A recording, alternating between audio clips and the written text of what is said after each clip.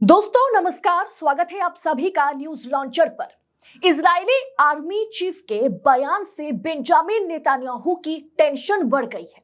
Hamas के सामने fail हो गई है इजरायली सेना।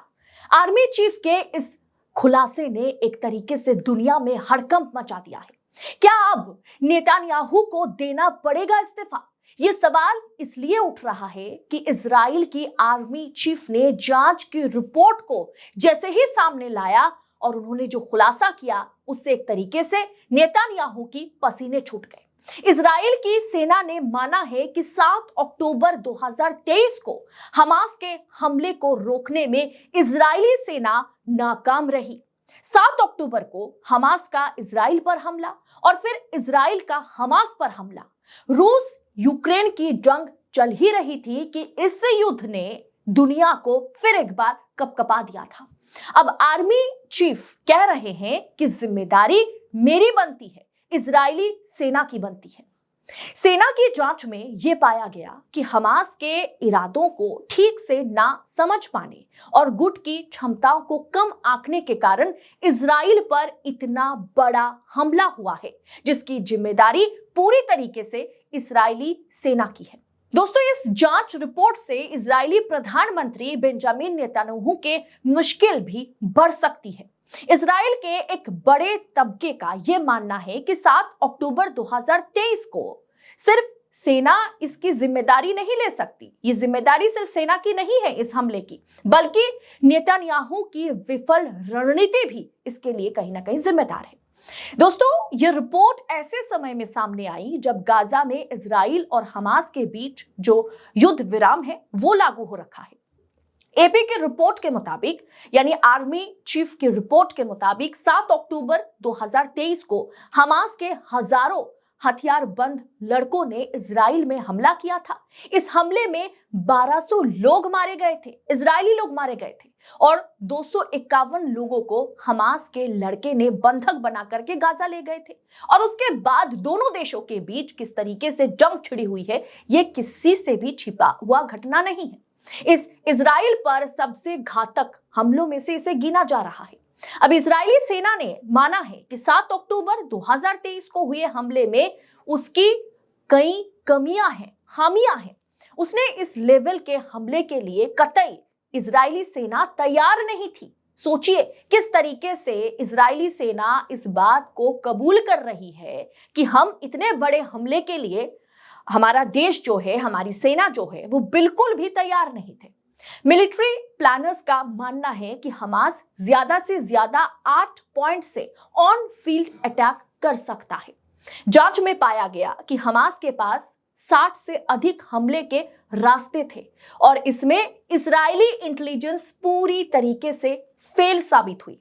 हमले के बाद के खुफिया आंकलन से यह पता चला कि हमास इससे पहले भी 3 बार इजराइल पर इसी तरीके से अटैक करने की कोशिश की थी, करने की प्लानिंग भी की गई थी, लेकिन हमास ने यह प्लान टाल दी थी किसी भी वजह से। यह खबर कहीं ना कहीं इजरायली सेना और इंटेलिजेंस किस तरीके से काम करती है वहां पर, इसका एक तरीके से खुलासा इजरायली सेना की इस रिपोर्ट में किया गया है। उसने खुद अपनी गलती मान ली है। इजरायली सेना और सरकार 7 अक्टूबर के हमले को रोकने के लिए कुछ भी नहीं कर पाई। अब दोस्तों, इजरायली जांच एजेंसी मोसाद की पूरी दुनिया में चर्चा होती है, लेकिन यहां पर मोसाद भी पूरी तरीके से फेल साबित हुई। और आज सिर्फ इजरायली इंटेलिजेंस या इजरायली आर्मी नहीं, सेना नहीं, मोसाद नहीं, सवालों के घेरे में अब नेतन्याहू की सरकार भी है। इजराइल की आर्मी के चीफ लेफ्टिनेंट जनरल हर्जी लेवली ने कहा है कि यह सेना की विफलताओं की जिम्मेदारी जो है वो मैं लेता हूं। मतलब लगभग 1.5 साल बाद जाकर के आर्मी चीफ हमास की अटैक के चलते जो जंग छिड़ी है, इजराइल के जो 1200 लोग मारे गए, 251 लोगों को हमास के लड़के ने बंधक बनाकर के गाजा ले गए थे, और उसके बाद दोनों देशों की किस तरीके से नुकसान हुआ है, इन तमाम चीजों की जिम्मेदारी 1.5 साल बाद जाकर के इजरायली सेना ले रही है। आर्मी चीफ ने कहा कि 7 अक्टूबर को मैं सेना का कमांडर था, मेरी अपनी जिम्मेदारी बनती है, विफलता से मैं भाग नहीं सकता। और इस विफलता से नेतन्याहू की सरकार, खुद बेंजामिन नेतन्याहू भी भाग नहीं सकते। हालवी ने जनवरी में अपने इस्तीफे की घोषणा भी की थी। वो अगले सप्ताह पद छोड़ने भी वाले हैं। उनका बयान इस समय नेतन्याहू पर भी कहीं ना कहीं बड़ा दबाव बना दिया है। सवालों के घेरे में नेतन्याहू की सरकार भी है, क्योंकि इजराइल की आम जनता जो है, एक बड़े तबके को लगता है कि कतई मतलब वो ये मानने को तैयार नहीं है कि 7 अक्टूबर को जो एक तरीके से गोलियां चलाई गई, उसमें सिर्फ वो सेना की फेलियर के चलते नहीं हुई है। वो पूरी घटना को कहीं ना कहीं बेंजामिन नेतन्याहू जो है, उसके चलते भी उनको भी इसकी जिम्मेदारी लेने की जरूरत है और उन्हें कहीं ना कहीं इस्तीफा भी देना पड़ेगा। इजराइल में एक बड़ा तबका नेतन्याहू के इस्तीफे की मांग भी कर रहा है। उनका कहना है कि नेतन्याहू की हमास को नियंत्रण करने की रणनीति पूरी तरीके से फेल रही।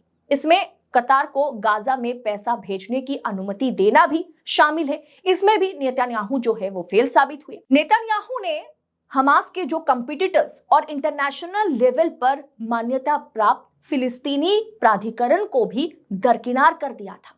नेतन्याहू को भी इसके लिए जवाब देना होगा और उन्हें कहीं ना कहीं जिम्मेदारी भी लेनी पड़ेगी।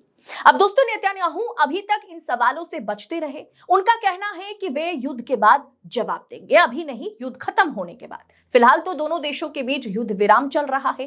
बंधकों के परिवारों की मांग के बावजूद नेतन्याहू ने हमले की जांच के लिए आयोग के गठन का विरोध भी किया है। लेकिन अब आर्मी चीफ ने जो खुलासा किया और सारी जिम्मेदारी अपने कंधों पर उन्होंने ले ली है, क्या इससे नेतन्याहू पर सवाल जिस तरीके से उठ रहा है, उससे नेतन्याहू जो है वो बच पाएंगे? कतई नहीं। इस पूरे विषय को आप किस अंदाज में देख रहे हैं? इंटरनेशनल रिपोर्ट पर जो इजरायली आर्मी चीफ ने जो खुलासा किया, इस पर आपकी टीका टिप्पणी कमेंट बॉक्स में हमारे साथ साझा जरूर कीजिएगा। और ऐसी तमाम राजनीतिक खबर, इंटरनेशनल खबर इसी तरीके से पाने के लिए द न्यूज लॉन्चर के साथ बने रहे। बहुत बहुत शुक्रिया।